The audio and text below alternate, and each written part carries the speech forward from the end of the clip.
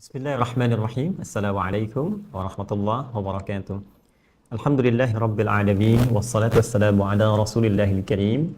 Nabiyina al-amin. Sayyidina Muhammadin wa ala alihi wa sahbihi wa dhurriyyatihi wa ummatihi ila yaumiddin. Wa ba'du, faya ibadallah. Usi nafsi wa iyyakum bitaqwallahi faqad fazal muttaqun. Fala tamutunna illa wa antum muslimun.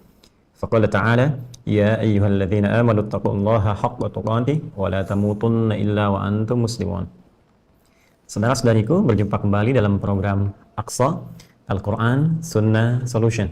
Semoga perjumpaan kita diridhoi oleh Allah Subhanahu wa taala, dan saat ini kita telah memasuki hari ketiga di bulan Dzulhijjah tahun 1441 Hijrah. Dengan tadi tibanya waktu maghrib, berakhir hari yang kedua, tentunya dengan segala materi yang telah kita bahas, telah kita sajikan tentang keutamaan 10 hari pertama di bulan Dzulhijjah. Kita pertama bermohon kepada Allah Subhanahu wa taala semoga seluruh amal yang telah kita tenun menjadi soleh dalam pandangan Allah Subhanahu wa taala, dan tidak sekedar itu, seluruh amal soleh dimaksud dicintai oleh Allah Subhanahu wa taala. Pun demikian, kita berevaluasi diri sampai dengan masuk di maghrib menjelang isya ini, dari sekian aktivitas yang telah kita tunaikan, ada baiknya barangkali kemudian kita bisa tuliskan, kita bisa ukur, sehingga malam sebelum tidur kita bisa evaluasi untuk kita sempurnakan di hari berikutnya. Ya, sebagai contoh, di pertemuan yang lalu telah coba kami tawarkan menu-menu amal soleh, ya, berupa ragam sholat misalnya, jenis salat sunnah di luar yang fardunya.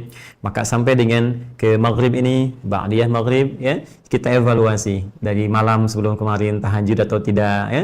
Kemudian setelah itu masuk salat-salat sunnahnya dari yang qabliyah, subuh, salat duha, syuruk sebelumnya, sampai dengan ke zuhur, asar, maghrib barisan, ya, mau masuk ke isya. Kalau ada yang kurang maksimal misalnya, baik segi penunaiannya sendirian atau berjamaah, kita coba tandai. Ya, kita coba berikan catatan yang keesokan harinya, kemudian kita bermohon kepada Allah Subhanahu wa taala sebelum tidur supaya Allah beri kesempatan dan kekuatan untuk menyempurnakan yang kurang-kurang tadi. Demikian bacaan Al-Quran kita, baik itu qiraah, sekedar baca, memperbanyak tilawah, memahami isi kandungan, ataupun juga tahfidz untuk mulai menghafal itu semua, dan amalan-amalan lain. Terkhusus amalan puncak, ya, dari sunnah yang mungkin bisa dilakukan khususnya di 9 hari awal pertama Dzulhijjah, yaitu siyam, berpuasa yang punya nilai tersendiri dan amalan-amalan yang bisa kita maksimalkan. Semoga bagi siapa yang berpuasa di hari ini diterima setiap amal ibadahnya, dan yang belum memiliki kesempatan, esok hari insya Allah dikuatkan oleh Allah Subhanahu wa taala. Sedangkan bagi saudari-saudari kita yang sering bertanya dari kalangan akhwat, jika memang tiba masa liburnya, masa haidnya, tidak harus kemudian berkecil hati, karena ada amalan-amalan yang lain yang bisa dimaksimalkan, sementara amalan-amalan rutin tertuliskan pahalanya berdasar keterangan Nabi sallallahu alaihi wasallam yang sering saya utarakan dalam kesempatan ta'lim. Idza maridal 'abdu aw safar kutiba lahu mithla ma kana 'alaihi muqima sahihan. Jika seorang hamba tengah sakit atau punya uzur semisalnya, ya, atau bahkan dalam keadaan safar, tak mampu mengerjakan amalan rutinnya, sedang ia telah terbiasa dan menginginkannya, tapi karena uzur syar'i tertentu tak bisa menunaikannya, maka pahalanya tetap tercatat sempurna. Baik, kita mencoba untuk melanjutkan kajian pendalaman terhadap makna ayat-ayat Al-Quran berdasarkan keterangan yang sampai kepada kita dari para ulama-ulama yang tersambung sanad ilmunya kepada Rasulullah SAW. Semoga dengan itu bertambah wawasan kita, ilmu kita, dan khususnya kekuatan, keyakinan, keislaman kita untuk bisa lebih mendekat kepada Allah Subhanahu wa taala. Baik, hari ini kita akan masuk kepada ayat yang kelima, ya, di surah Al-Baqarah setelah kita sempurnakan di pertemuan yang lalu, yaitu ayat yang keempat di surah Al-Baqarah. Nah, sebelum kita masuki ke ayat yang kelima ini, ada baiknya teman-teman yang baru tersambung dengan kajian kita untuk mereview, ya, menyimak, melihat, mengamati, mencatat, dan mengamalkan kembali, ya, apa yang telah dijelaskan, pada pertemuan-pertemuan lalu, baik dari rangkaian surah Al-Fatihah, khususnya bahkan masuk ke ayat pertama Al-Baqarah sampai yang keempat. Sehingga ada ketersambungan dari pembahasan yang akan kita utarakan.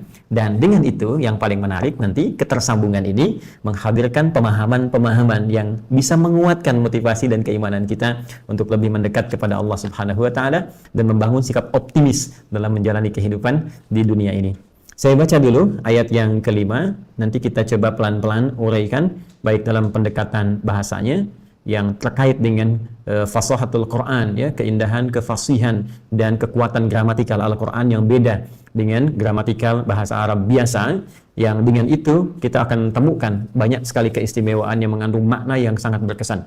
Juga tafsir, penjelasan-penjelasan terperinci yang disampaikan oleh para ulama yang bisa kita maksimalkan. Bismillahirrahmanirrahim. Ulaika ala hudan min rabbihim wa ulaika humul muflihun. Ulaika ala hudan min rabbihim wa ulaika humul muflihun. Baik, ada baiknya saya coba tuliskan dulu sehingga nanti teman-teman bisa melihat dengan lebih utuh dan akan lebih baik barangkali dalam setiap kajian Aqsa Al-Quran Sunnah Solution di hadapan kawan-kawan ada mushaf, ya, yang akan lebih bagus kalau mushaf itu yang mushaf terjemah, ya, dengan itu bisa nanti sambil mengamati melihat pun demikian yang ada tafsir walaupun mungkin berterjemah bahasa Indonesia tidak ada masalah, nanti kita akan hadirkan pengayaan-pengayaan tersendiri. Mohon izin saya tuliskan sejenak, ya. Bismillahirrahmanirrahim. Ulaika, demikian, ya, ala, ya, hudan mir rabbihim, demikian. Saya harakati dulu. Ulaika ala hudan mir rabbihim, ya. Ini biarkan hukum bacaan saja nanti yang menghadirkan tanda, ya, baik nanti idgham misalnya bila gunnah atau di sini kemudian idgham bi gunnah. Wa ulaika, saya turunkan ke bawah untuk memudahkan pemaknaan. Wa ulaika humul muflihun. Humul muflihun, ya. Wa ulaika humul muflihun. Baik. Ini ayat yang kelima di surah Al-Baqarah. Mari kita simak baik-baik. Ulaika, dan mereka itulah, ya, mereka itulah ala hudam min rabbihim, yang lekat, ya, saya terjemahkan mengambil konteks kebahasaannya, yang lekat dengan petunjuk, ya, pedoman, pendampingan. Nanti kita lihat mir rabbihim, dari rabbnya, ya, dari rabb mereka, karena bentuknya jama saya masukkan kata merekanya, dan wa ulaika, dan duanya itu dan ulaika, mereka itulah, ya, humul muflihun, humnya bentuknya taukid, diartikan yang pasti, ya, atau bisa dikatakan benar-benar, ya, yang pasti. Muflihun, akan sukses dan bahagia, sukses dan bahagia. Baik, ayat kelima di surah Al-Baqarah ini seakan memberikan satu jaminan, garansi, sekaligus mengandung apresiasi langsung dari Allah Subhanahu wa Ta'ala kepada golongan-golongan tertentu yang dianggap spesial oleh Allah.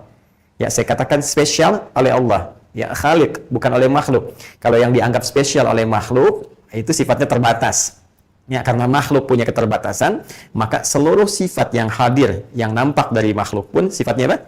Terbatas. Ya, karena itu jika ada seorang misalnya, taruhlah dia dimuliakan di satu tempat tertentu karena punya sifat keterbatasan, maka di tempat lain belum tentu kemuliaan dan keistimewaan ini bisa hadir.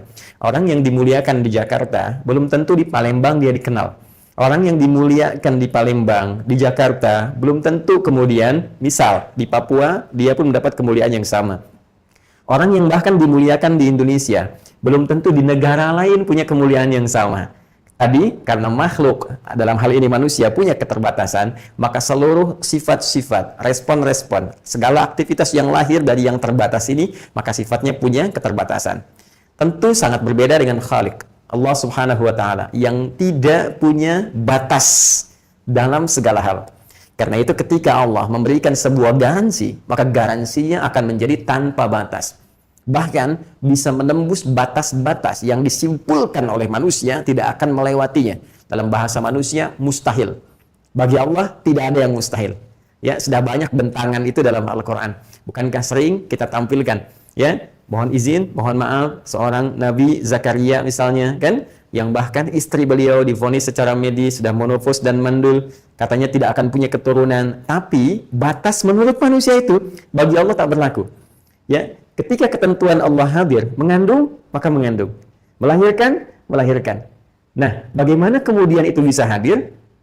Itu bisa hadir dengan cara pendekatan seorang hamba kepada Allah, sehingga dengan pendekatan yang tertentu, yang luar biasa, yang istimewa, maka lahirlah kemudian ketetapan Allah yang istimewa, yang menembus batas-batas yang tadi menjadi sekat dalam kehidupan. Ya, jika Anda berkata, berasumsi itu kan Nabi, ya kan? Itu isti Nabi, isti Rasul. Nah, mari kita ambil ya hal-hal yang lain, contoh-contoh lain yang terambil dari orang-orang yang bukan Nabi, bukan Rasul. Bahkan kemudian diabadikan dalam Al-Quran. Bahkan ada yang satu keluarga. Ya, keluarga besar Imran. Imran bukan Nabi, bukan Rasul. Tapi dengan amalan-amalan tertentu bisa dengan izin Allah menghadirkan Maryam yang punya keistimewaan. Dari rahim seorang perempuan suci, Maryam terlahir bahkan Nabi dan Rasul. Isa alaihissalam. Ya, karena itu saya ingin katakan, ketika Allah mengungkapkan apresiasi yang sangat luar biasa pada kalangan istimewa yang spesial dalam pandangan Allah, maka kalimatnya tidak menggunakan diksi biasa. Kalimatnya menggunakan kata tunjuk yang mencakup karakter yang menghadirkan ketinggian. Jadi ada kata tunjuk, ya isyarah tunjuk itu ya, yang menghadirkan karakter spesifik, khusus, beda dengan yang lain. Dan saat yang bersamaan menunjuk ketinggian. Itulah dalam bahasa Arab yang disebut dengan ulaika. Ini poinnya. Nah, jadi kalau sudah menggunakan kata ulaika, ya, itu nanti secara umum itu berbeda dari yang biasa.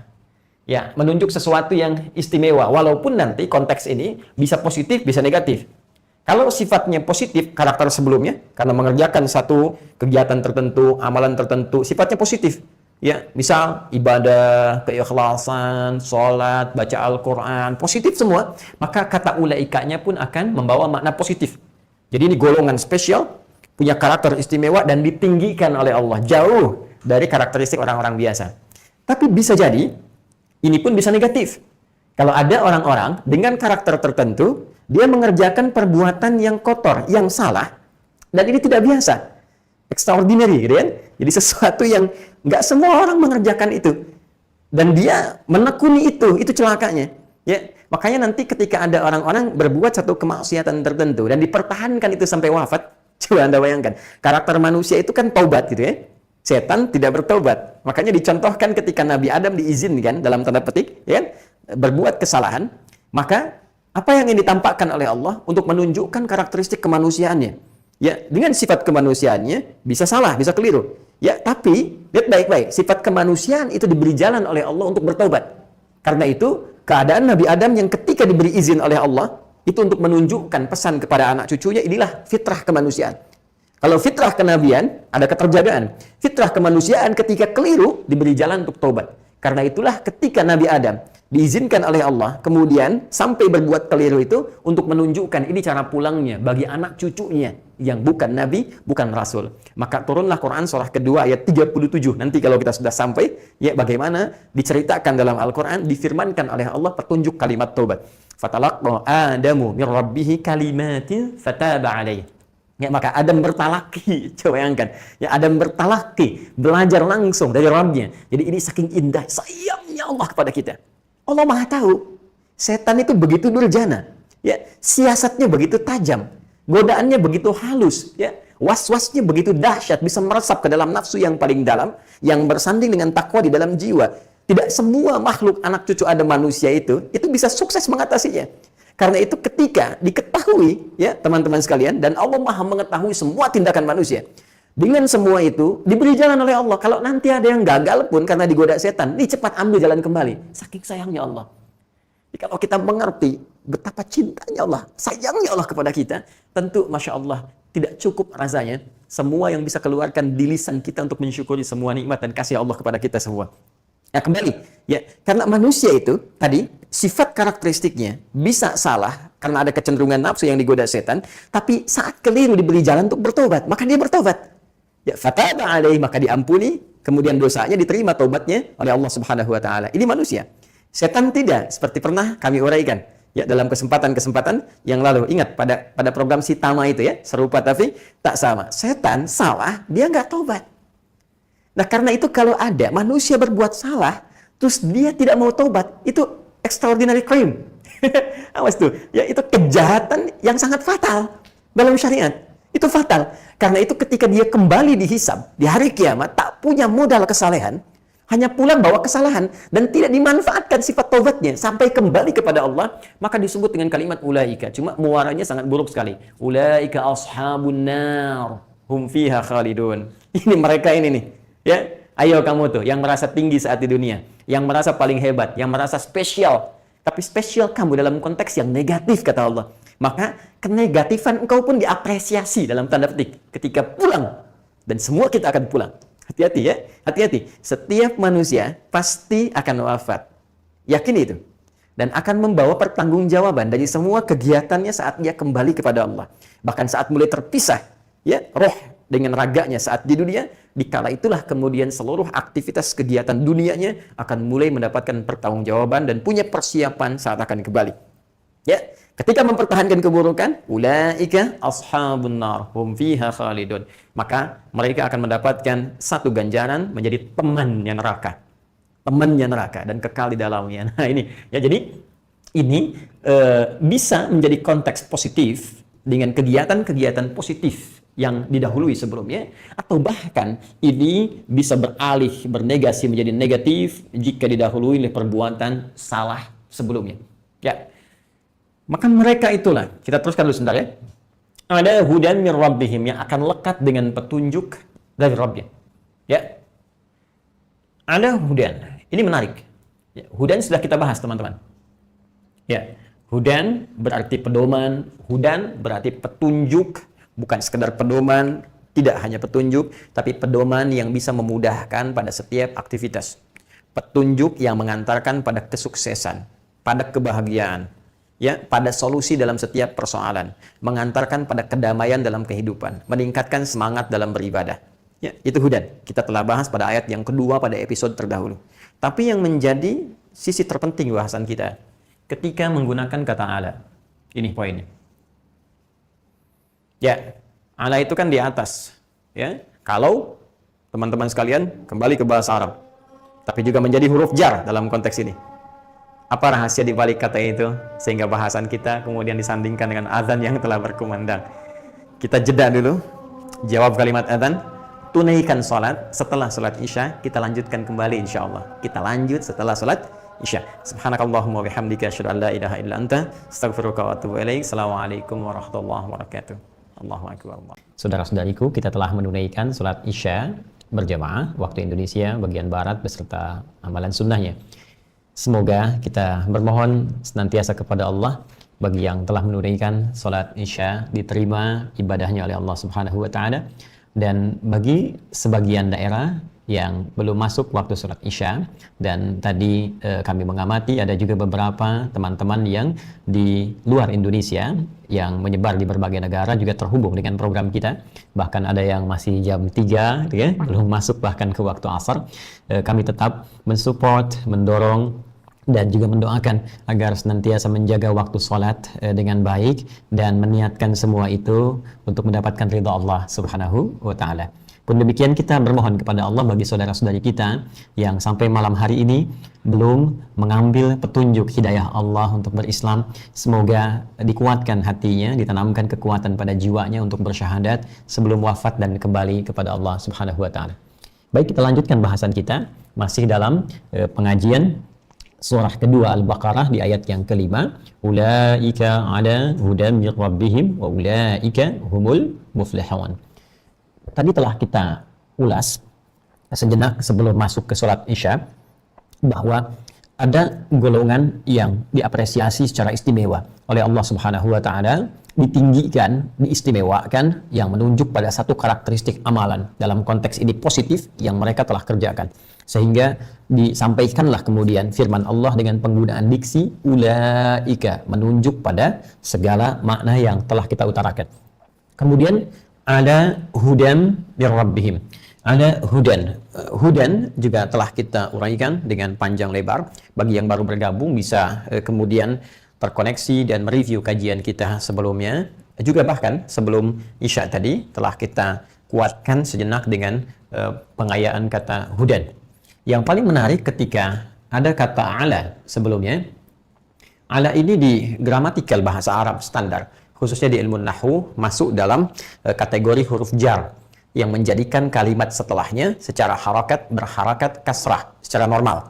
Ya, jika bukan kata-kata tertentu, ada 9 setidaknya yang umum digunakan sebagai huruf jar, menjadikan kalimat setelahnya secara umum normal berharakat kasrah, yaitu min, ila, an, ala, fi, rubba, ba, kaf, lam. Ya, min, ila, an, ala, fi, rubba, ba, kaf, lam. Jadi kalau ada kalimat didahului oleh huruf-huruf ini, umumnya setelahnya berharakat kasrah. Min, misalnya kan di Al-Quran, minal jinnati i'an wan nas. Jadi harakatnya kasrah. Pun demikian dengan ala. Ya. Ini juga harakatnya asalnya kasrah. Ya. Cuma kondisi kalimatnya berbeda dengan kalimat biasa. Karena huruf akhirnya ada illat tidak menerima harakat. Ya. Maka harakat ini kemudian tidak nampak dan tanwinnya maju ke huruf sebelumnya. Ini untuk memudahkan pemahaman saja. Jadi kalau kita nanti kembalikan kepada ilat sarafnya atau qalbu makani dari perubahan-perubahan huruf atau nanti perubahan dan penyesuaian kata, pembahasannya akan lebih melebar kembali. Tapi yang ingin saya ingatkan, ala tidak sekedar menjadikan kalimat setelahnya punya hukum majrur, ya, dengan harakat kasrah secara standar, tapi juga menghadirkan makna kedekatan, sesuatu yang lekat. Ya, karena itu kata ala ini walaupun standarnya diartikan di atas pada umumnya, ya, dan di atas itu punya 2 kata, ada fauqa juga di atas, ya, ala juga di atas. Kalau saya mau ilustrasikan begini, ini saya mau katakan ini kitab, ya, kitab buku. Buku ini berada di atas meja posisinya, ya, buku ini berada di atas meja. Kalau dia menempel seperti ini, maka saya gunakan kata ala. Menempel lekat dengan meja. Saya katakan al-kitab alal maktab. Ya, buku ini di atas meja. Ya. Tapi kalau saya angkat begini, sehingga ada jarak antara buku dengan meja, ini masih di atas. Ya. Tapi ada jarak, maka saya katakan dalam bahasa Arab al-kitab fawqal maktab. Menggunakan fawqa. Ya, al-kitab fawqa al-maktab. Jadi ini ada jarak, yang ini lekat, tidak ada jarak. Dari sini, saya ingin katakan, dengan cukup menggunakan kata ala saja, maka kalimat setelahnya itu terikat, ya, karena itu terbawa hukumnya menjadi jar, nempel begini.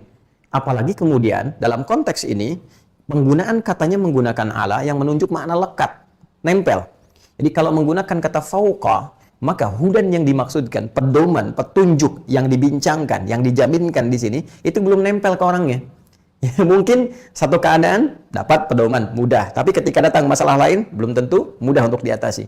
Tapi ketika Allah di sini menetapkan diksi ada sebelum kata hudan, ya, seakan-akan ingin memberikan gambaran saking spesialnya golongan ini, saking mulianya, saking tingginya derajatnya di hadapan Allah Subhanahu wa taala, sampai-sampai pedoman yang memudahkan kehidupan, mengantarkan pada kesuksesan, kebahagiaan, kedamaian, ketentraman, itu dilekatkan oleh Allah dalam setiap titian aktivitas mereka. Di seakan-akan kemanapun beraktivitas, itu mereka lekat dengan petunjuk Allah. Ya, indah sekali bekerja lekat dengan petunjuk Allah Subhanahu wa taala. Terjaga dengan nilai-nilai Rabbani, ya, nilai-nilai penjagaan dari Allah Subhanahu wa taala.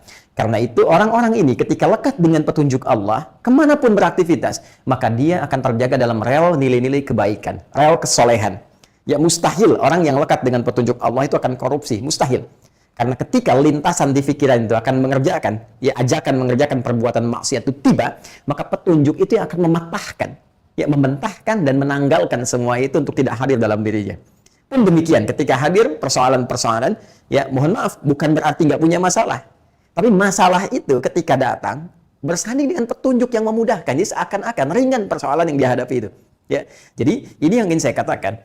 Ada golongan spesial yang pedoman, petunjuk, segala kemuliaan itu dilekatkan oleh Allah dalam setiap titian aktivitasnya. Ada petunjuk yang melekat di matanya, sehingga pandangannya itu anti kepada maksiat, anti pada yang salah. Jadi begitu menatap gambar-gambar yang tak pantas, dia bisa alihkan. Ya kan? Ada petunjuk di telinganya, sehingga ketika dia mendengar sesuatu yang tidak pantas, dia enggan untuk mendengarnya, dia palingkan. Ya, ada petunjuk di lisannya, sehingga ketika ada bisikan untuk mengeluarkan kata-kata yang tak pantas, salah itu tak bisa keluar di lisannya. Seakan-akan dia tidak punya pulsa kesalahan. Ya, yang ada pulsa kesolehan, sehingga lisan ini terhambat berkata yang salah, terarahkan kepada yang soleh. Demikian pada tangan sampai dengan ke ujung kakinya.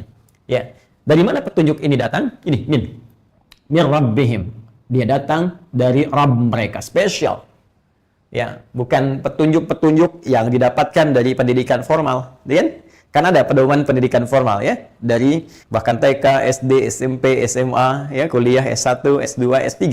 Bukankah semua pendidikan itu membentuk karakter, ya, dalam kehidupan kita, menambah wawasan, membentuk sebuah sikap yang ditransformasikan sebagai tindakan keseharian kita menjadi rutinitas dalam kehidupan, ya kan? Ya, tapi tadi karena sifatnya ini terkumpul dari karakteristik manusia, ya, sifat-sifat yang dituangkan oleh manusia, berbagai macam nalar, berbagai macam pemikiran dituangkan dalam sebuah pedoman, ada kurikulum. Karena sifatnya manusia punya dengan sisi kebaikan, pasti punya nilai baik. Tapi tadi karena punya keterbatasan, maka sifat itu pun akan terbatas.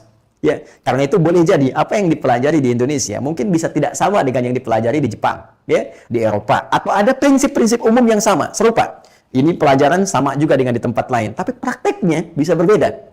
Karena karakteristik lingkungan yang bisa membentuk sebuah karakter bisa beda satu dengan yang lainnya. Tapi ketika semua bimbingan itu datang dari Rabbul Alamin, dari Allah Subhanahu wa Ta'ala, yang menguasai segalanya, yang bisa menggerakkan lingkungan, tampak dan tak tampak, bisa menggerakkan malaikat, bisa menggerakkan angin, bisa menggerakkan udara, bisa menggerakkan segala hal dalam kehidupan kita, bisa melembutkan hati orang-orang sekitaran kita. Ya, maka apa yang menjadi batas dari setiap kebahagiaan dan kesuksesan yang kita akan jangkau itu? Mustahil.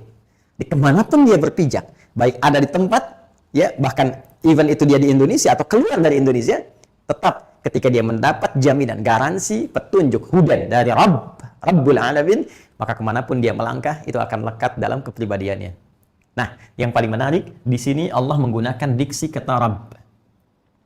Ya.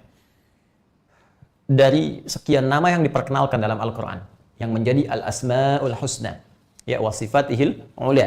Jadi nama-nama terindah, terbaik, yang disandangkan kepada Allah Subhanahu wa Ta'ala, ya, Ar-Rahman, Ar-Rahim, Al-Malik, Al-Quddus, dan sebagainya. Tapi yang paling menarik di sini, Allah menetapkan diksi menggunakan kata Rabb, yang menunjuk pada sifat rububiyahnya. Ya, sifat ini yang menjadikan hadir aspek pemeliharaan.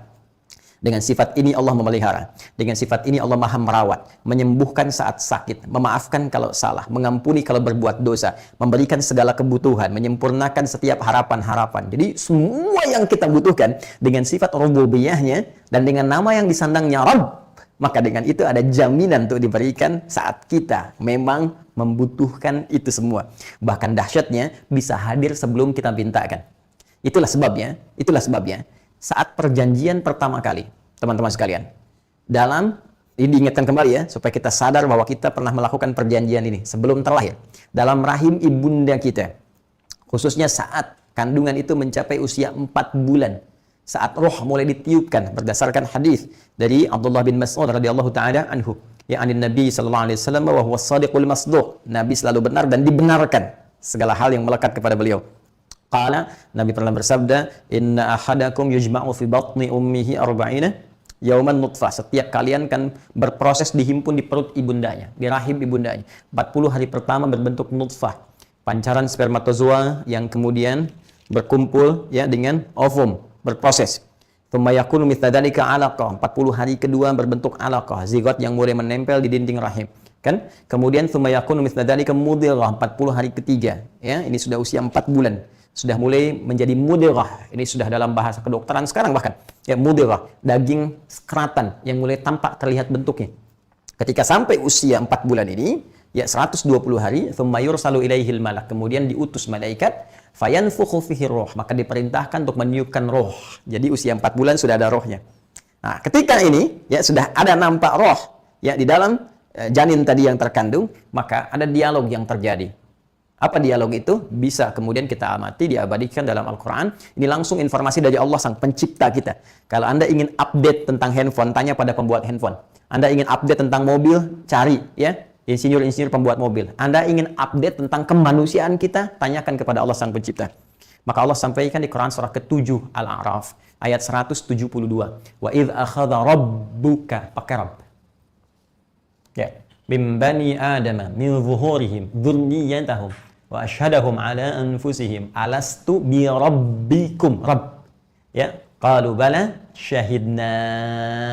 Masih ingatkah engkau ketika Allah mengambil komitmen perjanjian dengan semua anak cucu Adam ketika dalam proses kandungan ibundanya? Ya, perhatikan baik-baik. Alastu bi rabbikum, apakah kalian ya berkomitmen menjadikan aku sebagai Rabb kalian? Perhatikan diksinya, pilihan katanya Rabb. Jadi Allah sendiri yang langsung menyampaikan, "Hei, aku kan Tuhan kalian.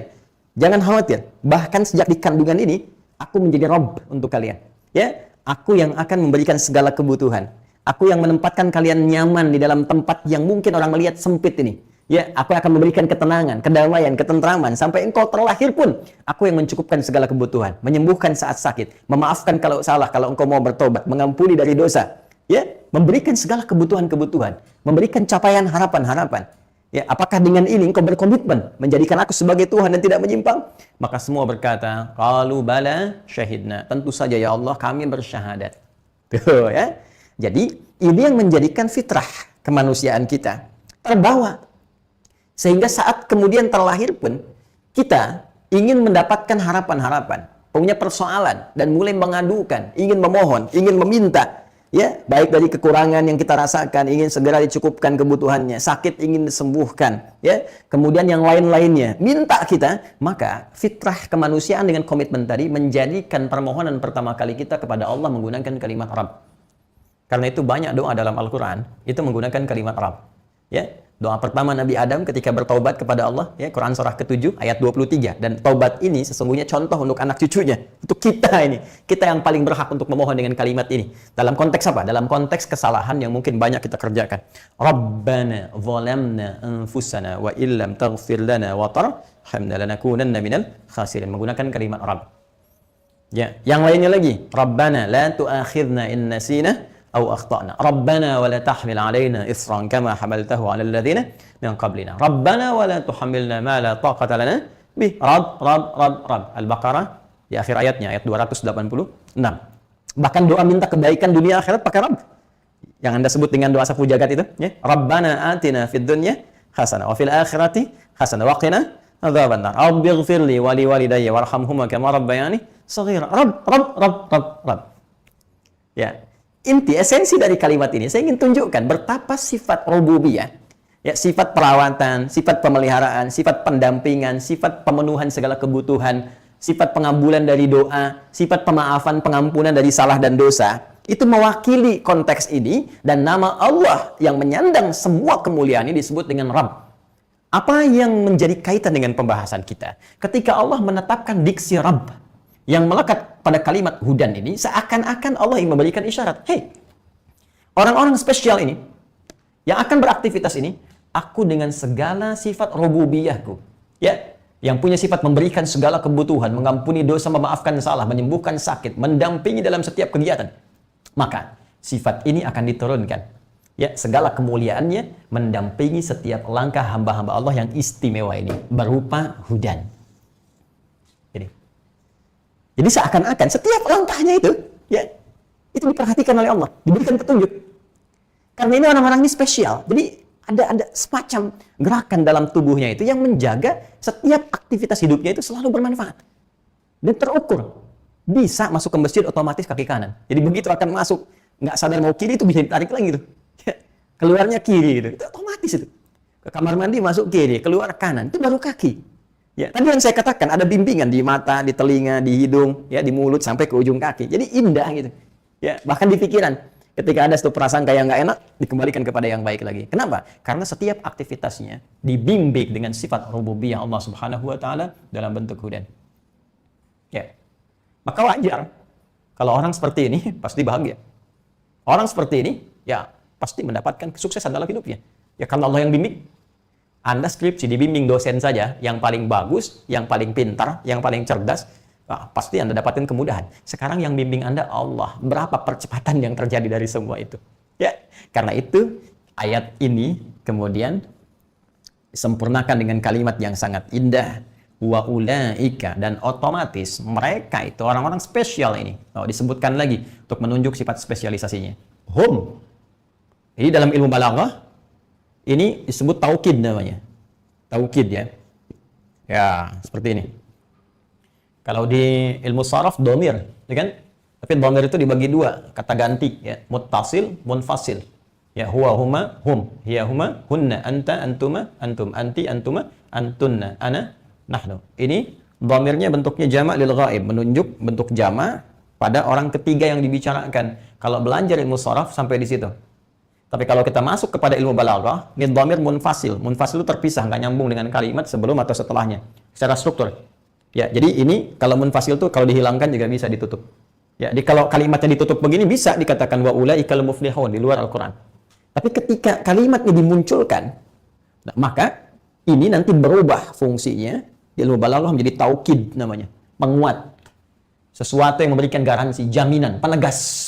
Ya, seakan-akan Allah ingin berkata begini, dan mereka itu aku tegaskan, aku jamin. Karena terjemahannya lebih bagus menggunakan kata pasti. Pasti. Al-muflihun menjadi golongan orang-orang yang sukses dan bahagia. Baik, sekarang pelan-pelan.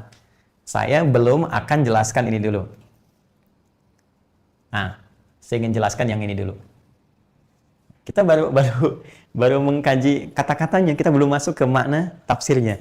Disabar ya, mengajinya sabar, pelan-pelan, supaya kita mendapatkan kenikmatan dan kedalaman makna, sehingga menghadirkan wawasan yang luas dan menjadi bimbingan yang utuh saat kita akan menerapkannya dalam kehidupan. Ya, pelan-pelan ya, pelan-pelan. Baik, sekarang kita katakan, siapa mereka ini? Ya, ini tafsirnya mulai masuk. Siapa mereka yang istimewa ini? Yang ditinggikan oleh Allah ini? Yang dapat jaminan kesuksesan, kebahagiaan dalam setiap titian aktivitas yang mereka lakukan. Siapa? Maka paling gampang rujuk lagi pada keterangan sebelumnya. Jadi di kaidah tafsir itu begini, kalau ada satu ayat yang kita sedang bahas, misal ini ayat kelima nih surah Al-Baqarah. Nah, ayat yang dibahas ini disebut dengan siyak namanya. Ya. Konteks pemaknaannya apa nih ayat ini yang kita bahas? Untuk mengetahui secara sempurna, secara utuh pemaknaan ini, maka lihat korelasinya dengan ayat sebelum dan setelahnya. Jika kita ingin melihat ayat sebelumnya, maka disebut dengan sibak namanya. Ya, sibak ayat yang mendahului ini, yang sebelumnya. Korelasi dengan ayat setelahnya disebut lihaq namanya. Lihaq. Ya, lihat ayat setelahnya. Apa hubungan dengan ayat sebelum dengan ayat setelah? Ya, karena ayat ini muncul di ayat yang kelima, teman-teman sekalian, ya, dan kita belum bicara pada ayat yang ke-6, ke-7 dan sebagainya, maka yang paling memungkinkan kita lihat keterkaitannya dengan ayat sebelumnya. Sibak. Ya, yaitu sebelum 5 ada ayat 4, ada ayat 3, ada ayat 2, ada ayat 1. Apa kaitan ayat yang kelima ini dengan ayat-ayat sebelumnya? Yuk kita cari. Mereka itu kan kata ganti yang menunjuk pada orang ketiga dalam bentuk jama, ya. Dia jamaknya mereka kan? Perhatikan baik-baik. Allah bisa mengatakan hum, mereka juga, tapi di sini pakai ulaika. Tadi saya telah jelaskan untuk menunjuk ketinggian mereka. Untuk menunjuk satu yang istimewa pada diri mereka. Sekarang kita lihat, siapa mereka itu? Maka, untuk menemukan kata mereka ini, lacak lagi kapan kata mereka muncul di ayat-ayat sebelumnya. Ya. Yuk kita lihat. Alif, Lam, Mim. Belum muncul kan? Baik, ini sudah kita jelaskan maknanya untuk menunjukkan kesempurnaan Al-Quran dengan segala keluasan maknanya, kedalaman maknanya, juga tantangan bagi orang-orang yang meragukan untuk menghadirkan semisal Al-Quran yang disusun dari huruf-huruf yang keluar dari tempat keluarnya huruf makhraj mereka. Baik dari alif, ya, dari bagian rongga paling dalam, ya, tempat suara A, kan, sampai kemudian lam, sampai ke lidah, mim, sampai keluar di bibir. Silahkan. Itu telah kita uraikan, lacak lagi pada keterangan yang sebelumnya. Dzalikal kitabu la raiba fi. Semua keterangan dalam Al-Qur'an itu begitu agung, begitu tinggi, bersumber dari zat yang paling tinggi yang tak mampu kamu jangkau. Tidak seperti yang kau bayangkan, tidak seperti yang kau tuduhkan. Ya, kalau mau tuduh datangkan bukti, jangan sembarangan cuma nuduh nggak ada keterangan. Tapi diyakinkan kau tak akan mampu. Karena itu jangan pernah ragu, ya. Jangan pernah ragu pada kandungannya. Hudal lil muttaqin. Maka isi Al-Qur'an ini akan menjadi pedoman petunjuk segala kemuliaan hidup bagi orang-orang yang bertakwa. Baik, orang-orang yang bertakwa. Ayat 3-nya, alladzina yu'minuna, yang mereka itu, ditemukanlah kemudian kata mereka. Sini, korelasinya dengan ayat ini. Yang ketiga. Juga yang kedua. Di ayat ketiga ada kata alladzina, orang-orang yang. Ya, orang-orang yang. Ya, orang-orang. Jamak kan bentuknya? Maksudnya ini menunjukkan sifat orang-orang takwa. Masih ingat instrumennya yang sebelumnya? Ya, punya amalan hati, punya amalan fisik, punya amalan harta, punya keterkaitan dengan segala petunjuk yang Allah turunkan pada Nabi Muhammad sallallahu alaihi wasallam. Ya, maka segala sifat ini ditunjukkan melekat pada orang takwa, yaitu orang-orang yang punya sifat begini, begini, begini, begini. Bukankah kalau kita ingin rujuk lagi, bahasa yang paling gampang jangan sebutkan lagi kan? Ya, sifat-sifatnya cukup katakan mereka. Ya. Nih, dalam bahasa Indonesia saya katakan seperti ini. Bapak Ibu sekalian, teman-teman, sekarang di Masjid Al-Ihsan ada orang-orang yang sedang beribadah, ada orang-orang yang sedang baca Al-Quran, ada orang-orang yang sedang mengaji, mengkaji, mendalami hadis, dan seterusnya. Lalu saya akan mensifati mereka. Ya, maka saya tidak perlu lagi katakan orang-orang ini, orang-orang yang tidak. Saya cukup katakan mereka, ya, mereka orang-orang yang sangat baik. Maka di sini, Allahu Akbar, kita temukan keterkaitannya. Orang-orang yang istimewa itu, mereka itu, siapa mereka ini? Kembali kepada ayat ini. Orang-orang takwa yang punya sifat-sifat yang disebutkan dari ayat 3 sampai 4. Yang kalau kita keluarkan lagi, satu, mohon izin, ya, saya coba hapus dulu ini, untuk memudahkan. Bismillah. Satu, yaitu orang-orang yang punya amalan hati dalam arti beriman. Kedua, rajin menunaikan salat. Ketiga, senang berinfak. Keempat, mampu menjalankan semua petunjuk yang Allah berikan pada Nabi Muhammad, baik berupa Al-Quran ataupun As-Sunnah dalam bentuk ilmu dan hikmah. Tuh, 4 ini. Jadi orang-orang ini, ya, orang-orang ini dimuliakan oleh Allah Subhanahu wa taala, diberikan apresiasi karena mampu mengerjakan amalan-amalan yang tidak biasa, yang tidak mudah. Ada amalan hati, ya kan? Ada amalan fisik di sini, ada amalan harta, ada petunjuk yang diikuti. Singkatnya, 4 poin yang disebutkan ini untuk menunjuk pada golongan orang-orang yang bertakwa. Orang-orang takwa inilah orang-orang yang akan diberikan garansi oleh Allah untuk mendapatkan segala kemudahan hidup. Orang-orang takwa inilah yang akan dibimbing oleh Allah dalam setiap titian aktivitasnya. Karena itu pantas kalau di Al-Quran, kalimat takwa itu selalu lekat dengan segala keistimewaan. Kalau nggak percaya silahkan cek. Ya, saya beri contoh misalnya. Orang takwa jika punya persoalan, itu akan cepat diberikan jalan keluar. Semakin tinggi tingkat takwanya, semakin cepat diberikan jalan keluarnya. Contoh di Al-Quran surah ke-65. Ya, di akhir ayat kedua, ketika Allah berfirman, wa may yattaqillaha yaj'al lahu makhraja. Teruskan sampai ke awal ayat ketiganya, wa yarzuqhu min haitsu la yahtasib. Siapa yang mampu meningkatkan takwanya, di takwanya terus naik. Semakin naik takwanya, ketika ia punya persoalan, yaj'al lahu makhraja. Semakin cepat Allah memberikan jalan keluar. Sulit rezeki, ya bagi dia mudah, karena Allah punya sifat Razzaq dan punya janji dengan sifat rububiyahnya untuk memberikan segala kebutuhan. Maka dari itu ketika orang mengatakan ada keterbatasan nih, nggak mungkin nih, situasi COVID nih, sulit nih, ada batas. Orang ini, wa yarzuqhu min haitsu la yahtasib, bahkan diberikan rezeki oleh Allah dari sisi yang tidak dia duga-duga. Ya. Jadi nggak khawatir, manusia punya batas, perusahaan ini nggak bisa menampung Bapak. Mungkin Bapak saat ini tidak bisa bekerja lagi. Nggak apa-apa, barangkali Allah ingin pindahkan saya dari satu pekerjaan ke pekerjaan yang lainnya. Bukankah Allah yang memberikan rezeki? Ya. Lalu apa yang harus saya lakukan supaya Allah cepat memberikan rezeki itu? Ya, maka dekati Allahnya. Ini yang harus dilakukan. Ya, bukan menghabiskan waktu dengan sifat penyesalan, pesimis, mengeluh. Mengeluh tidak menyelesaikan persoalan. Ambil rumus cepatnya. Tingkatkan takwa. Dekati Allah pemilik rezeki. Bukankah Anda meyakini? Ya? Karena itu kaidah takwa itu dibentuk dengan iman dulu. Ini yakin dulu.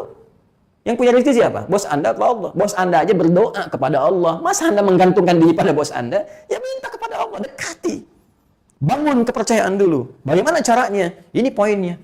Ya. Tumbuhkan bibit-bibit iman dalam hati kita. Bangun kekuatan yang paling dahsyat. Lalu koneksikan, bangun konektivitas. Ini semua musim online ya sekarang. Online, semua online. Sekarang saya tanya, online Anda, line Anda dengan Allah itu on tidak? Jangan-jangan dengan manusia line saja itu on, tapi dengan Allah itu belum on.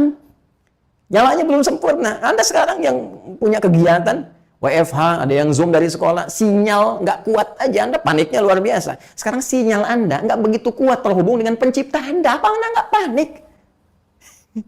Ya. Kenapa kita begitu gelisah dengan dunia? Sementara dengan sang pencipta, belum terbangun kedekatan yang kuat. Itu penting dipertanyakan. Ya, coba cek lagi. Allahu Akbar, la haula wala quwata illa billah. Jadi kita mesti banyak berevaluasi diri ketika Allah memberikan kepada kita jalan-jalan untuk menjadi baik dengan hikmah-hikmah tertentu, mesti ada cara kita untuk merespon dengan cara yang elegan dan mulia. Ya, teruskan ilmu. Ya, begitu ada kesulitan, dengan peningkatan takwa ada kemudahan. Quran surah kedua Al-Baqarah di akhir ayat 282. Wattaqullah wa yu'allimukumullah. Tingkatkan takwamu kepada Allah, maka Allah akan mengajarkan kepadamu tambahan pengetahuan. Banyak teman-teman. Pengetahuan, kebahagiaan, kemudahan, rizki, itu dikemas dalam kalimat takwa. Jadi yang paling menarik, perhatikan cara bacanya.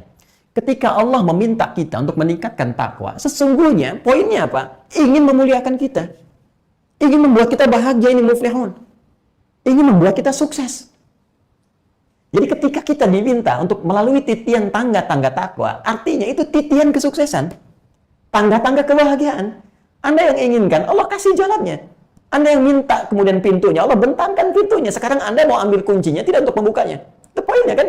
Anda yang minta, Anda yang berdoa, Allah kasih jalan. Jalannya nggak diikuti. Sekarang bagaimana Anda bisa mendapatkan apa yang Anda inginkan? Tak masuk akal. Ya. Maka dari itu, sekarang kita coba hapus dulu yang ini. Untuk lebih mendapatkan gambaran lebih utuh tentang poin-poin ini. Perhatikan baik-baik teman-teman. Bismillah. Mohon izin ya. Saya hapus dulu ini. Mohon maaf untuk memudahkan kata ulaika ini. Nih. Jadi kata ulaika ini menunjuk kepada orang-orang yang punya nilai keistimewaan dengan sifat takwa. Untuk menjadi pribadi takwa, titiannya ini yang telah saya uraikan dengan panjang lebar pada pertemuan-pertemuan sebelumnya. Karena itu, kalau kita ingin mendapatkan satu penilaian positif, apresiasi dari Allah, yang dengan ini mengantarkan kita pada kemuliaan, sukses, dan bahagia, maka hal yang paling penting kita lakukan, ayo segera berubah. Ya, transformasikan diri kita dari keadaan hamba yang biasa, muslim, mukmin, transformasi menjadikan muttaqin. Berubah jadi orang takwa. Ya, bagaimana caranya? Ini. Maksimalkan, berlatih kita. Hadirkan riyadhah dalam kehidupan kita. Mulai sekarang pasang target. Saya mesti jadi orang takwa. Ini poinnya. Pertama, tanamkan bibit iman dengan kuat dalam jiwa. Nih bibitnya. Iman. Belajar lagi ilmu tauhid yang benar. Ya. Dan jangan terlampau kompleks. Ini saya sedang riset. Mudah-mudahan Allah berikan petunjuk yang cepat, mudah, dan benar. Ya. Di antara yang sedang saya riset adalah ayat-ayat Al-Quran terkait dengan nilai-nilai tauhid. Juga nanti hadis-hadis Nabi Muhammad SAW. Sejauh ini saya temukan pelajaran Al-Quran itu begitu simpel, nggak ribet. Nggak ribet. Coba Anda bayangkan, ya, Al-Quran yang diturunkan oleh Allah kurang lebih selama 23 tahun itu, kurang lebih. Bukankah terdiri dari Makkiyah dan Madaniyah? 114 surat kan? Pernah tidak Anda mengeluarkan ini? Bukankah yang Madaniyah, yang selama 10 tahun Nabi di Madinah kurang lebih, itu ada 20 surat? Yang di Mekah 82 surat, 12-nya ikhtilaf, ya, berbeda pendapat ulama. Ya, sekarang kalau kita satukan misalnya 82 surat, taruhlah tambah 12-nya misalnya, 94. Ya, Makkiyah yang turun di Mekah. Itu bimbingan apa saja? Ya, kalau kita kaji semuanya, termasuk keterangan para ulama, itu kan cuma 3 secara umum diajarkan. Satu, tauhid, mengenalkan Allah dengan segala kekuasaannya, ya kan? Kemudian yang kedua, ibadah pokok berupa salat. Yang ketiga, akhlak. Ini nanti di Madinah baru masuk hukum. Dan tahu nggak ayat-ayat tauhid yang turun kepada Nabi Muhammad? Simpel sekali. Rasional, simpel, dengan dalil akli yang sangat tajam, dengan dalil nakli yang sangat kuat, balaghah yang sangat dalam. Tapi sangat mudah dipahami. Nggak ada banyak perdebatan-perdebatan kasus-kasus. Kebanyakan kurikulum tauhid yang ada sekarang, itu kurikulum yang dibentuk setelah ada dialektika pemikiran, ketika banyak penerjemahan, menerjemahkan alam pikiran Yunani dengan segala pemikiran filsafatnya. Ya, terutama di abad ketiga Hijrah. Sehingga muncullah perdebatan-perdebatan, muncul aliran-aliran. Nah, ini yang jadi pembahasan kekinian. Sehingga sibuk dalam perdebatan itu, lupa dengan esensi pelajaran tauhidnya. Sehingga alih-alih imannya kuat, muncul banyak perselisihan. Gara-gara tafsir yang ini, ya kan? Hanya kemudian akidah bisa diukur dengan pertanyaan, di mana Allah? Sejak kapan kemudian itu bisa terjadi? Dari dulu orang masuk Islam itu dengan syahadat. Dan ini kompleks, persoalannya sederhana sebetulnya. Riwayatnya ada, hadisnya ada, pemahaman bisa berbeda, tapi esensinya menuju pada esensi yang sama. Jadi sekarang banyak aliran, banyak ini, banyak itu. Bahkan diukur dengan pemahaman tertentu. Sehingga ini yang berpotensi menimbulkan konflik sampai dengan kekinian. Kenapa nggak kita kembalikan pada pemahaman yang paling gampang, paling mudah, paling rasional, berlaku untuk seluruh kalangan. Ya, dan dahsyatnya ini di setiap masa akan terjadi pertanyaan-pertanyaan itu dan telah dijawab tuntas oleh Al-Quran. Ya, bagaimana memahami secara akal akan wujudnya Allah, akan kuasanya Allah. Kenapa Allah mesti satu? Kenapa Allah benar-benar Tuhan? Ya, bagaimana kemudian kita bisa mengetahui Allah Tuhan yang benar? Diajarkan dengan sangat mudah, simple, rasional, gampang dipahami. Ya, dan jauh dari perdebatan-perdebatan yang tidak produktif. Sehingga dengan pembahasan itu, orang-orang dulu itu terbangun keyakinan yang utuh kepada Allah, imannya kuat. Yakin, percaya betul.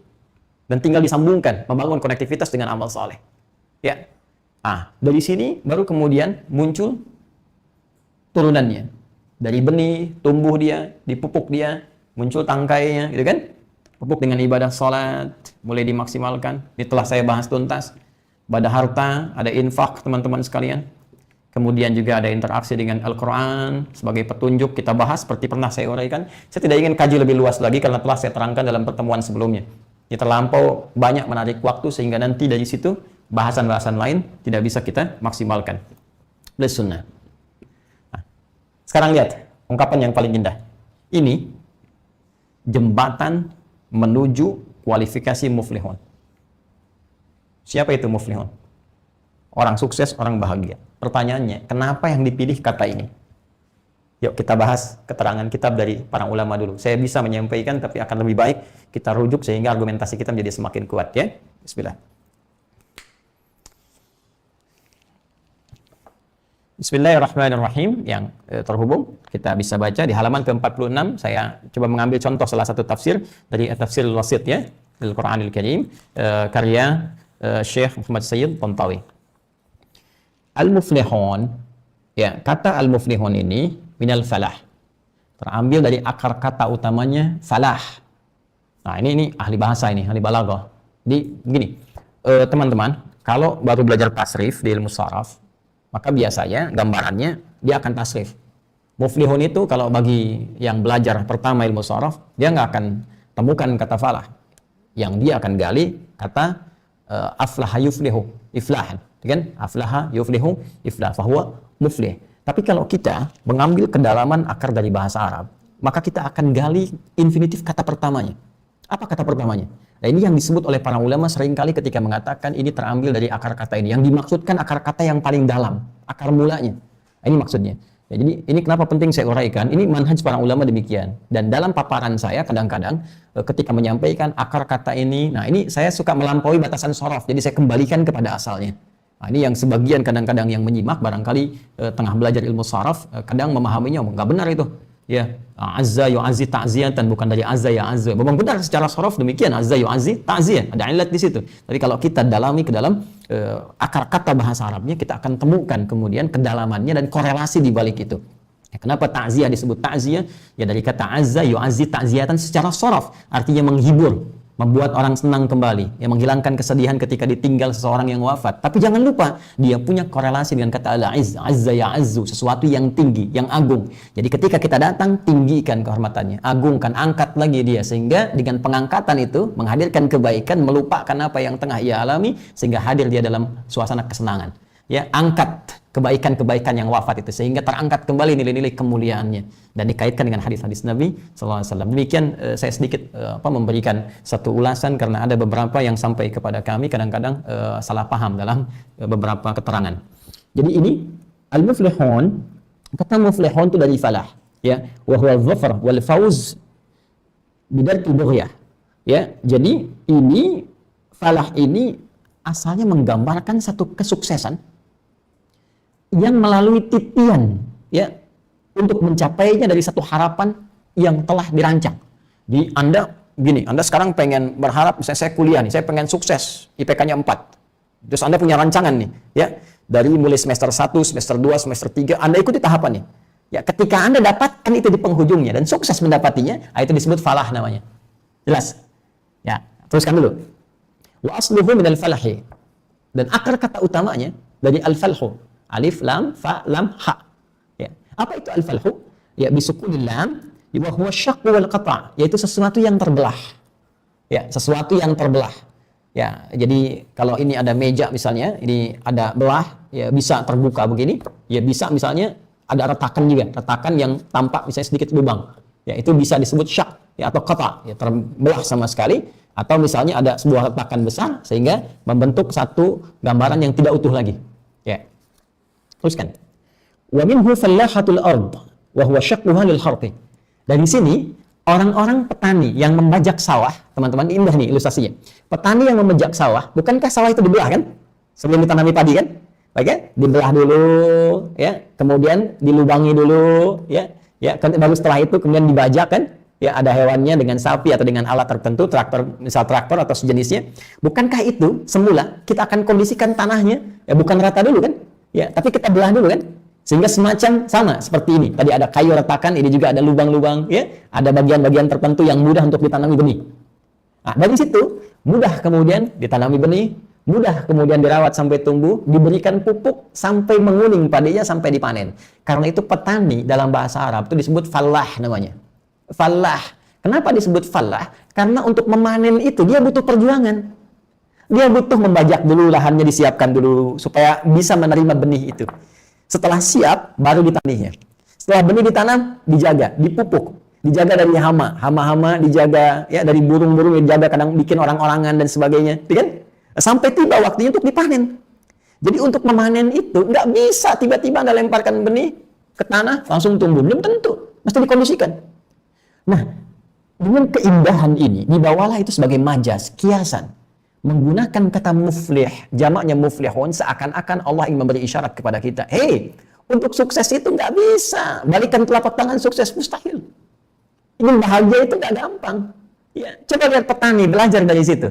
Maka seperti terambil dari kata fallah, al-falhu, aflaha, yuflihu, muflihun, seakan-akan Allah ingin mengatakan, jika kamu ingin jadi orang takwa, ingin manen dengan sifat takwa, panen kebahagiaan, panen kesuksesan, panen pada puncaknya dengan mendapatkan takwa itu, maka pertama, kondisikan, siapkan ladang yang baik dulu di hati kita, cawan hati kita kondisikan dulu. Seperti petani mengondisikan lahan sawahnya. Ya, berikan dulu area yang nyaman di hati kita, tenangkan dulu, siapkan niat dengan utuh, jadikan orientasi hidup kita dulu untuk mendekat kepada Allah, baca buku-buku yang mendekatkan diri dengan Allah, ya. Baik, setelah kita siap itu, baru bibit imannya tanamkan. Ya, tanamkan dalam jiwa kita yang paling dalam. Belajar ilmu tauhid yang benar. Ya, pelajari bagaimana beriman kepada Allah, bagaimana meyakini tentang Allah, kemudian memberikan pendampingan dari malaikat, tentang kitab-kitab. Ya, setelah itu ada pupuk. Dengan apa memupuk iman itu supaya tumbuh nanti iman itu menjadi tumbuhan takwa yang kuat. Akarnya tertanam kuat kemudian ke dalam hati. Ya, tapi cabangnya bisa menjangkau kuat sampai dengan ke langit. Sehingga ketika kita memohon sesuatu mudah untuk dikabulkan oleh Allah Subhanahu wa taala. Bagaimana memupuknya? Pupuk dengan salat. Ya. Jaga. Dia pupuk dengan salat, pupuk dengan infak, pupuk dengan amal soleh. Pelajari bagaimana menjaga tanaman takwa ini supaya tumbuh dengan baik, supaya buah-buahnya itu tumbuh dengan kebaikan. Kemudian jaga dari hama nafsu. Bukankah lawan takwa itu nafsu? Seperti pernah saya uraikan kesempatan lalu, ya. Jaga dari virus-virus setan, ya kan? Ya, ada hama, ada tikus-tikus dan sebagainya. Jaga itu semua, itu indah menggunakan satu kalimat, tapi memberikan pelajaran besar kepada kita bahwa untuk menjadi pribadi takwa nggak mudah. Ya, Anda mau sukses saja belajar di dunia butuh perjuangan. Sekarang pengen sukses akhirat dengan membalikan telapak tangan mustahil.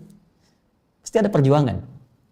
Dan indahnya, setiap kita berjuang, setiap keringat yang keluar, pikiran yang kita hadirkan, aksi yang kita kemudian tampakkan, di situ kan ada pahalanya. Itu keindahannya. Dan Allah melihat pada perjuangan kita, hasil itu belakangan. Ya, Tapi yang paling indah, setiap yang kita perjuangkan itu, dari mulai memupuk hati kita, kita niat sudah ada pahala. Tuliskan poinnya 10. Ya kan?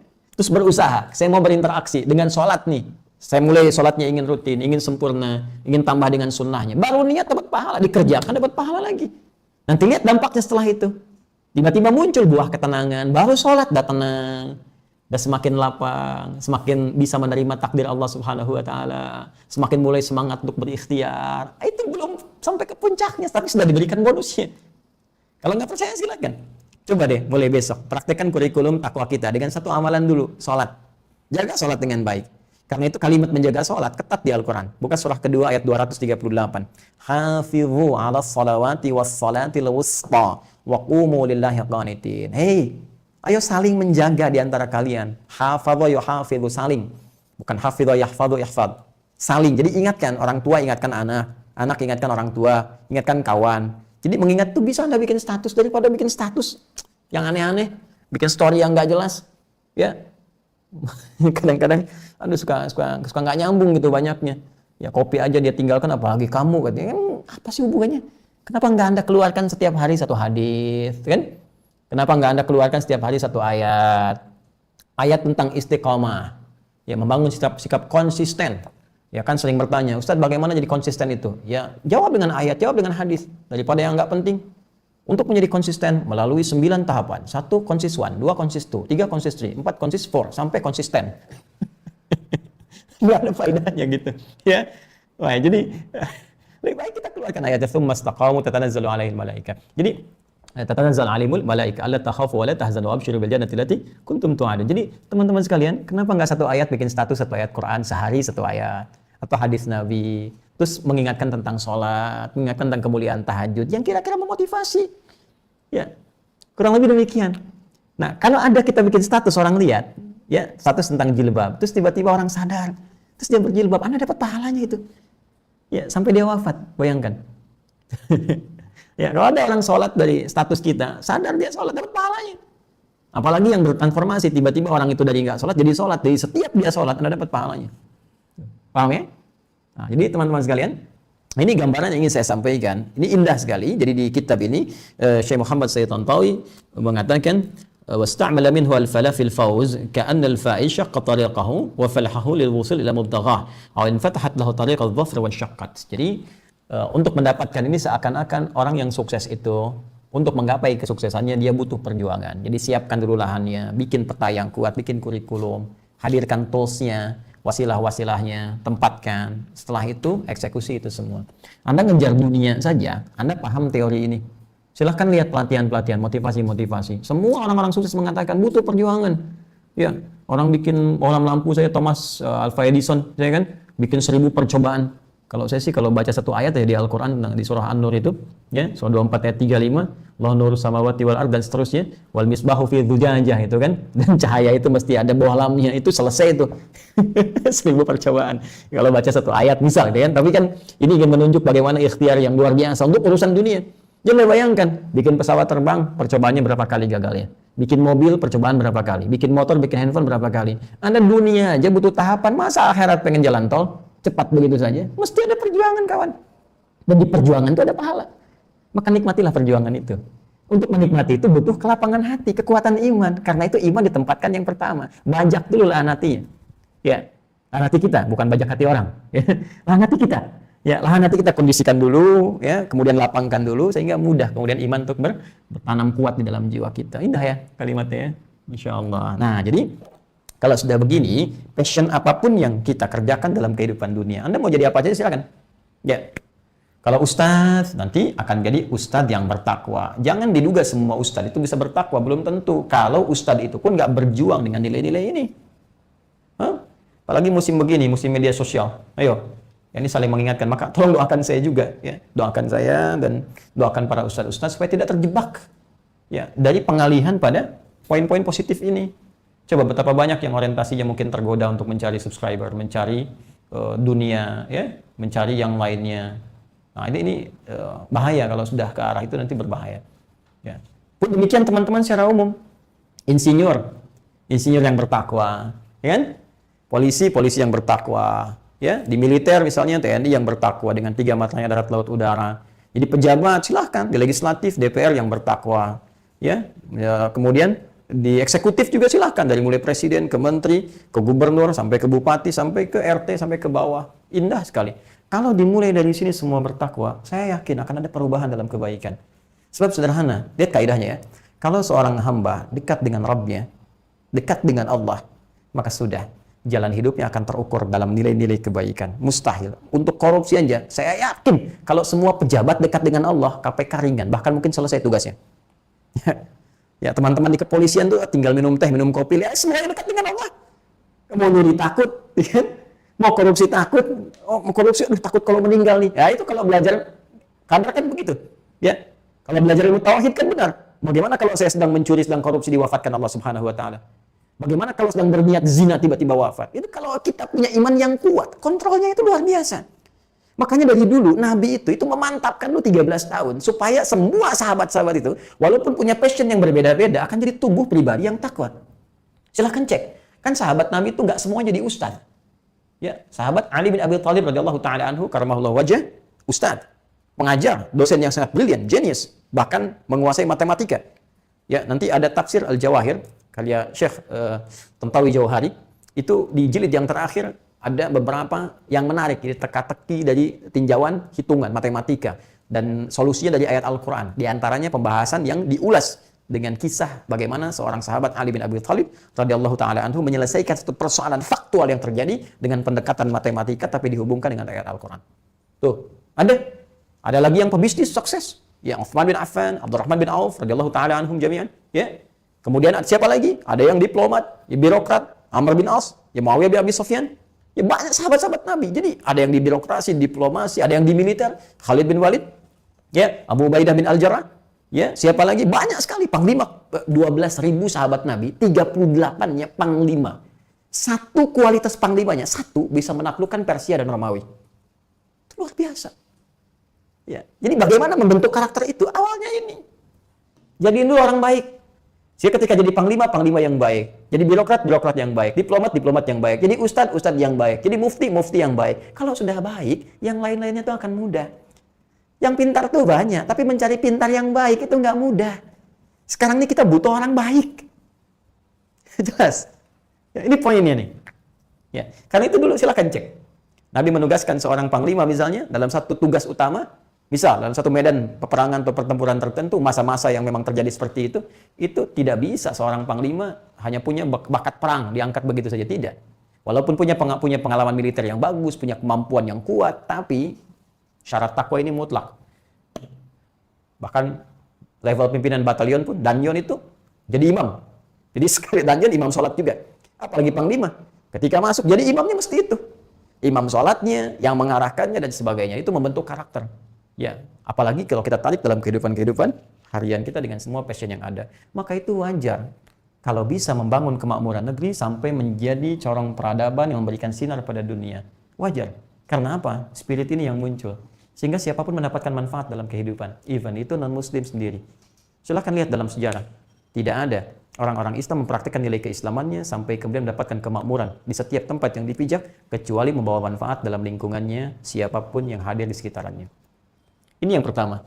Jadi kita nggak usah lihat orang lain. Dan jangan sebut orang, sebut diri sendiri. Satu nunjuk orang. Ini 4 kembali ke kita. Jadi nggak usah melihat orang. Sekarang Anda mau jadi apa? Apa yang Anda kerjakan? Rubah dulu jadi diri Anda sebagai pribadi yang baik. Kalau kita sudah baik, maka yang nggak baik-baik itu akan malu. Ujung-ujungnya akan ikut jadi baik dalam kehidupannya. Ini poinnya. Jadi kita siapkan generasi-generasi yang terbaik di masa-masa yang akan datang, sehingga dengan itu kualitas kehidupan kita lebih bernilai. Nah, kalau belum mampu kita mengupdate dengan cepat, maka setidaknya cari teman-teman yang baik dulu. Jadi mulai sekarang, cari teman dengan kualifikasi ini. Karena itu ada yang menafsirkan juga bahwa ayat 1-5 ini ingin menunjukkan golongan orang-orang baik yang salah satu manfaatnya bisa dijadikan teman dalam kehidupan. Ya, bisa jadi teman dalam kehidupan berkeluarga. Jadi kalau istri, ya perempuan pengen cari calon suami, lihat kualifikasi ini. Maka rumah tangganya akan dijamin dalam naungan petunjuk ridha Allah Subhanahu wa taala. Akan dapat kemudahan. Ya, cari istri yang beriman, cari suami yang beriman. Ya, maka turun ayat Quran surah ke-2 Al-Baqarah nanti di ayat 221. Wala tankihul musyrikati hatta yu'min. wala amatun mu'minatun khairum min musyrikati walau ajabatkum. Jangan nikahi perempuan-perempuan yang belum beriman. Ya, walaupun nanti ada orang beriman, perempuan beriman yang mungkin wajahnya menurut pandangan kamu biasa saja, itu lebih baik dibandingkan dengan yang belum beriman walaupun dia begitu memesona. Ya, Allah aja dia tinggalkan apalagi kamu. Kan? Ya. Wala tunkihul musyrikina hatta yu'minu wala 'abdun mu'minun khairum min musyrikin walau a'jabakum. Ya, pun demikian, jangan nikahkan anak-anak perempuanmu dengan laki-laki yang belum beriman. Jadi iman itu tinggi kualifikasinya. Ya, lebih baik menikah dengan pria yang mungkin parasnya biasa-biasa saja, ya, tapi punya keimanan yang dalam. Itu lebih bagus dibandingkan memilih pria, ya, kemudian yang kau kira begitu memesona tapi tak punya iman. Ingat, pesona wajah itu bisa luntur kapan saja karena fisik ini terbatas. Ya, coba lihat sekarang. Ya, coba lihat sekarang teman-teman sekalian. Sekarang kelihatan muda kan? Kuat. Kulitnya begitu halus, padat dan sebagainya. Nanti lihat berapa puluh tahun ke depan. Ya. Karena itu ada kakek yang ditanya, enak mana zaman sekarang dengan zaman dulu? Enak zaman dulu, Ustaz. Kenapa? Karena zaman dulu istri saya masih cantik. Sekarang udah nenek-nenek gitu ya. Atau sebaliknya. Ya, kenapa? Ini jawaban sangat menarik, ingin menunjukkan bahwa segala tampilan fisik itu nggak abadi. Tapi iman ukurannya begitu kuat. Dibawa kemanapun. Suami beriman itu mau sejak awal nikah, sudah jadi ibu, jadi nenek, jadi kakek, kalau imannya kuat, itu Masya Allah, keindahan rumah tangga itu akan tercapai karena Allah memberikan semua pedoman-pedoman kemuliaannya. Ya, cari teman yang baik. Pun demikian, teman kerja, cari ini kualifikasinya, cari yang beriman dulu. Makanya banyak di Al-Quran itu, teman-teman sekalian, ajakan-ajakan dari Al-Quran untuk memilih teman yang beriman. Ya, dan iman ini dalam konteks ini, dalam konteks nilai yang mengajak pada kebaikan. Ada iman-iman palsu. Nanti dari mulai ayat ke-8 sampai dengan ayat ke-20, itu golongan orang munafik. Jadi tampak seperti beriman, tapi iman nggak sampai ke hatinya. Sehingga menjadikan kontradiksi antara keimanan dengan perilakunya. Mengatakan diri beriman, di KTP-nya tertulis muslim, tapi tindakannya jauh dari nilai-nilai keislaman. Maka yang seperti itu bukan iman yang hakiki. Karena itu kalau Anda ingin mengecek siapa orang beriman yang sesungguhnya, nih, lihat urutannya. Pertama, lihat rajin sholat nggak? Ingatkan Anda pada sholat nggak? Ngajak Anda sholat berjamaah nggak? Kalau di kantor ada yang sudah mulai ngajak sholat berjamaah, mengingatkan sholat, ciri pertama ini orang baik nih. Ya. Kalau sudah berteman dengan yang seperti itu, Allahu Akbar. Ada berkah nanti, ada tambahan-tambahan kebaikan. Kalau nggak percaya silakan. Dia bukan hanya hadir saat Anda merasakan suka, tapi dalam duka pun dia akan jadi teman yang sangat setia memberikan motivasi kepada Anda. Ya. Dan dia akan mengajak Anda berbuat baik tanpa batas. Even itu pada teman Anda yang non-muslim. Dia akan ajak. Ya, dapat gajian, diajak, yuk kita makan dulu, ya. Ajak teman kita tuh, yang lain juga semua ngumpul, Masya Allah. Nggak batas. Karena itu tahap latihan pertama, cari yang ini dulu. Nanti dari sini akan menyebar auranya, jadi nilai-nilai kebaikan. Jelas ya? Nah, kalau sudah dapatkan yang ini, ingat, as-shalah yang pernah saya terangkan, bukan cuma mencakup yang fardu kan, sunnahnya. Jadi pertama cari yang fardu dulu. Kalau ada yang sudah levelnya naik ke sunnahnya, itu yang hebat. Orang yang jaga sholat sunnah, jaga tahajud, dekati itu, jadikan teman baik tuh. Ya. Setelah itu, nanti naik levelnya, senang berbagi, senang infak, hadir dalam kesulitan Anda.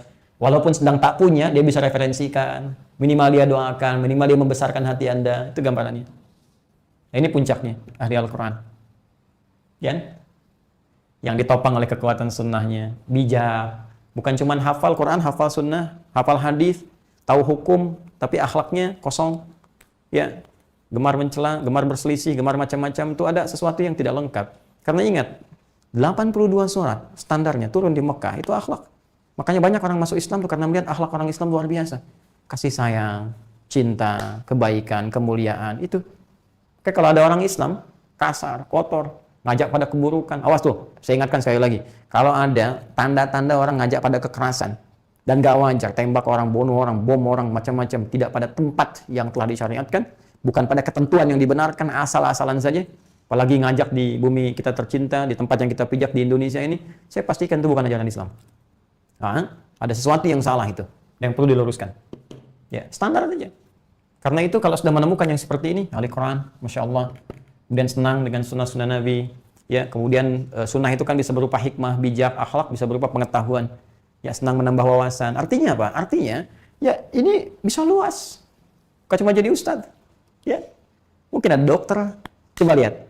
Pernah nggak buka, teman-teman temukan, kitab namanya Bidayatul Mujtahid, fi Nihayatil Muqtasid. Ini Bidayatul Mujtahid, itu kitab yang dikarang oleh Ibnu Rushd. Itu tentang perbandingan mazhab, muqaranatul madzahib. Jadi di situ membandingkan, ini ada kasus begini, ini pendapat imam ini, disajikan kepada kita. Cuma tidak sampai kepada qaul rajih, pendapat yang kuat. Cuma menyajikan, itu luar biasa. Ini dalilnya ini, persoalan fikih dibandingkan dengan pendapat-pendapat yang ada mengacu pada dalil-dalil Al-Qur'an dan hadis. Jadi ini sudah pasti nih, hafal Quran, hafal hadis, tahu fikih. Tahu nggak yang nulisnya siapa? Dokter bedah. Ya, silakan cek ulama-ulama kita dulu. Ada ahli matematika, fisika, kimia, astronomi. Siapa mereka? Hafal Quran dalam usia 7 tahun, ada yang 9 tahun.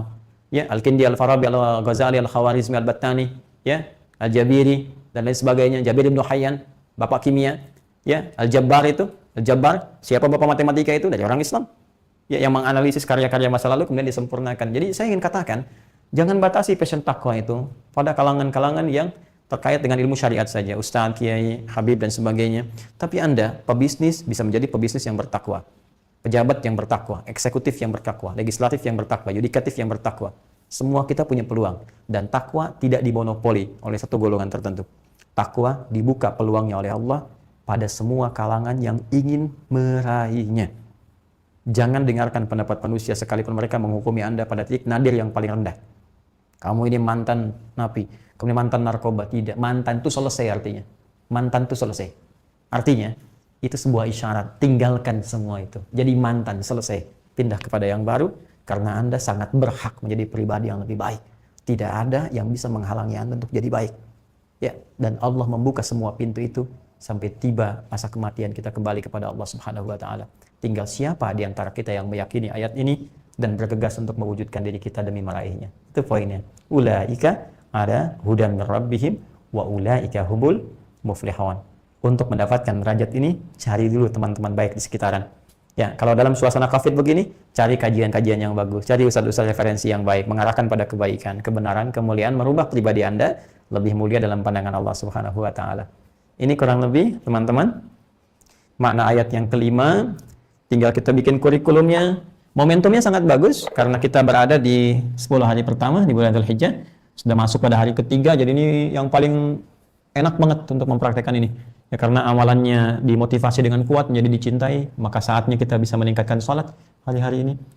Kemudian kita juga bisa mulai berinfak, minimal menabung untuk bisa kurban.